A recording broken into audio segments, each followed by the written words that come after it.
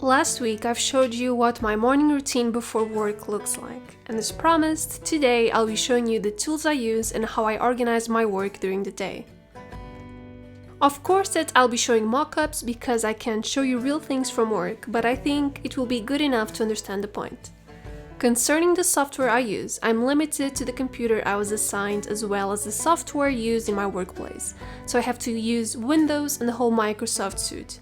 In my case, my workflow focuses on Microsoft Word and Excel for document creation and editing, Outlook for email management, OneNote for note-taking, and WebEx for online meetings.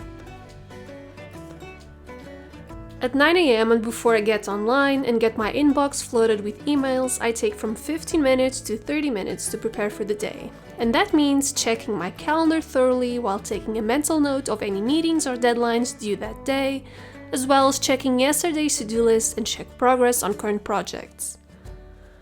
I use OneNote to brainstorm ideas, questions, or small tasks I would like to do related to those projects and keep these neatly organized in my to-do section in my work notebook. These are mostly tasks of my own initiative instead of assignments from other people, so I find it almost therapeutic to be able to write them down and go back to them later before I start working on other things. After getting online, I focus on email management, that is, reading new emails and filtering them. Besides archiving emails according to project or topic, I use the Inbox Zero system to make sure my inbox is always updated. If a message requires no action on my behalf, I archive it immediately. If a message requires a simple reply that I can knock out in a minute or less, I reply immediately and then archive it.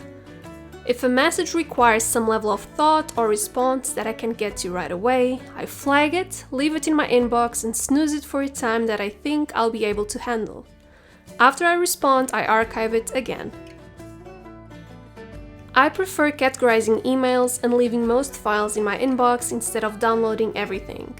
Using color codes to categorize emails allows me to understand at a glance which emails inside the archive contain valuable information and which emails do not. Whenever an email has an attached file that I should read later, I'll mark it with a yellow category, and an email with action points related to a current project or a new project will be flagged.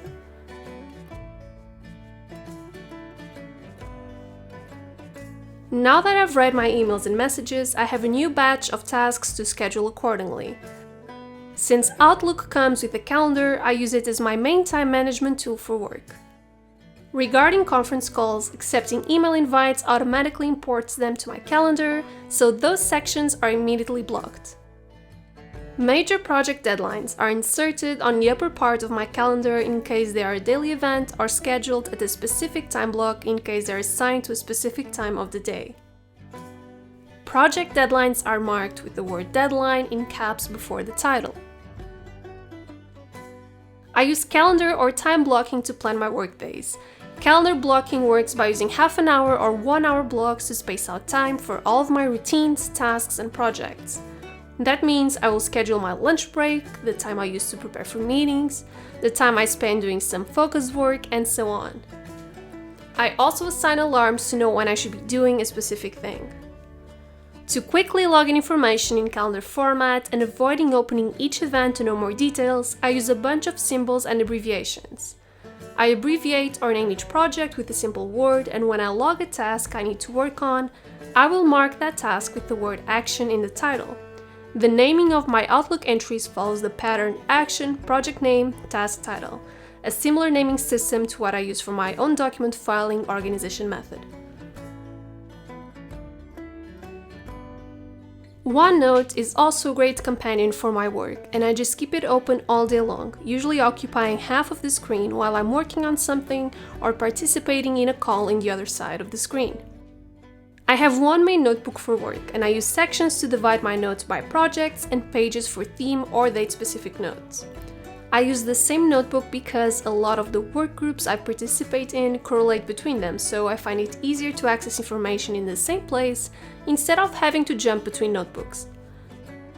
The first page of any of my project tabs is an updates page, where I log in the date and the current stage of each project.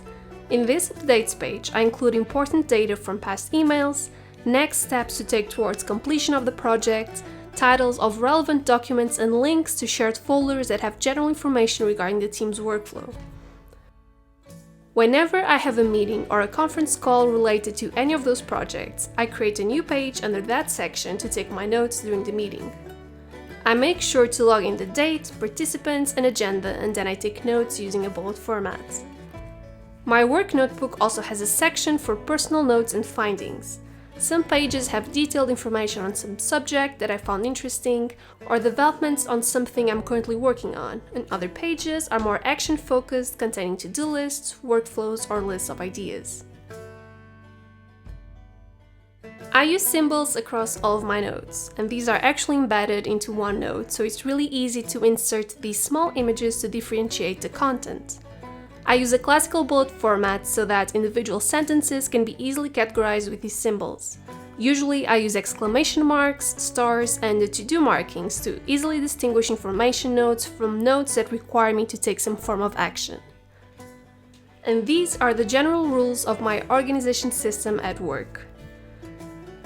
If you're using a personal computer to work on confidential information related to your work, it's a good idea to make sure that all of your documents and passwords are well protected, and for that you can rely on today's sponsor, ExpressVPN.